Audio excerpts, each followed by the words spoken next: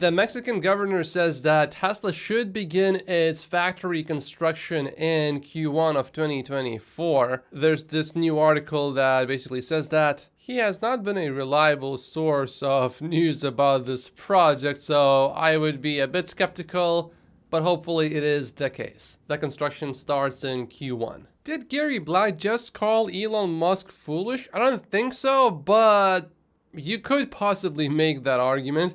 I don't agree with the Tesla price cut, says Gary. I have consistently said management is wrong to cut prices by more than the cost of goods sold reductions. The price cuts are not rational if competitors all match them and Tesla gets zero volume benefit. I thought by now Elon would learn from his mistakes, but maybe he'll keep doing the wrong thing under the misplaced belief he can cut EV prices to zero margin and make it up on FSD subscriptions. I don't believe Elon Musk is that foolish. I don't agree with the argument that Tesla gets zero incremental volume increases when Tesla does price cuts. Because if Tesla keeps doing that, at some point, the competitors cannot cut any more because they would just keep losing money indefinitely, forever. But Tesla's margins overall in the EV space are the highest, so Tesla can cut the most. It has been a little while now since Tesla posted this job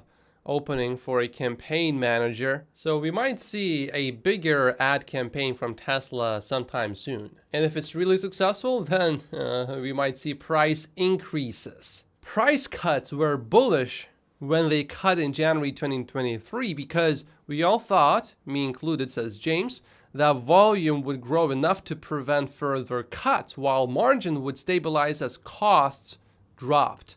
And you may recall at the time I said I was jumping back into Tesla stock after having sold in December, which was the right call, generally speaking.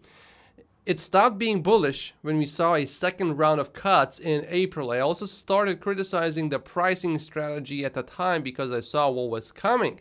And we all saw what Tesla's earnings have done since. And James says it's actually quite impressive that Tesla's stock isn't down even more than it is, to be honest. I personally think the reason why Tesla's stock did not go down more is because the stock market overall went up over 20% in one single year. And NASDAQ went up 50%, more than 50%. Wall Street's 2024 consensus is roughly 2.2 million deliveries for next year. And it appears to me that Gary Black lowered his estimate for 2024 deliveries. At one point, he was estimating about 2.7 million. Now he seems to be down closer to 2.2 million. I cannot find exactly where he says that, but he did reply to this comment, so I'm assuming he is at 2.2 million. I know some think that Tesla will deliver substantially more than 2.2 million still, so if you think that,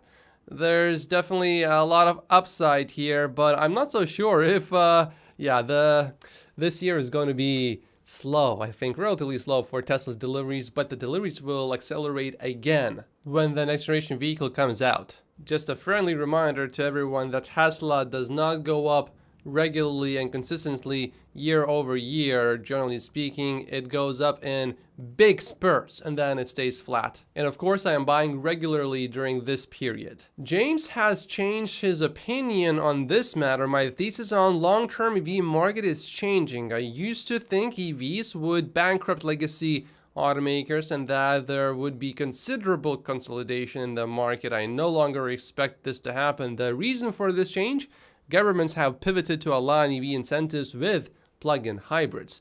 Just look at the IRA for a good example. Canada too offers the same incentives for EVs as it does for plug-in hybrids.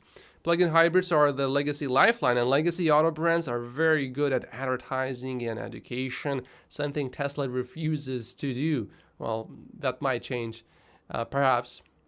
Since Tesla's share of voice is non-existent, the consumer only hears one story. This will ultimately hurt Tesla longer term as the consumer increasingly chooses plug-in hybrid EVs over ICE and EV. And since Tesla is the only pure EV manufacturer with any size outside of China, it is unlikely to influence government policy when the balance of the industry, for example, everyone else is still building ICE. So what does this mean? More competition and more division of profits among industry players. The wild card, of course, though, is FSD. If FSD works, this changes everything. I found this video that shows that new feature that displays the countdown of the traffic lights in China. I wish we had something like that here as well. That's a really cool feature.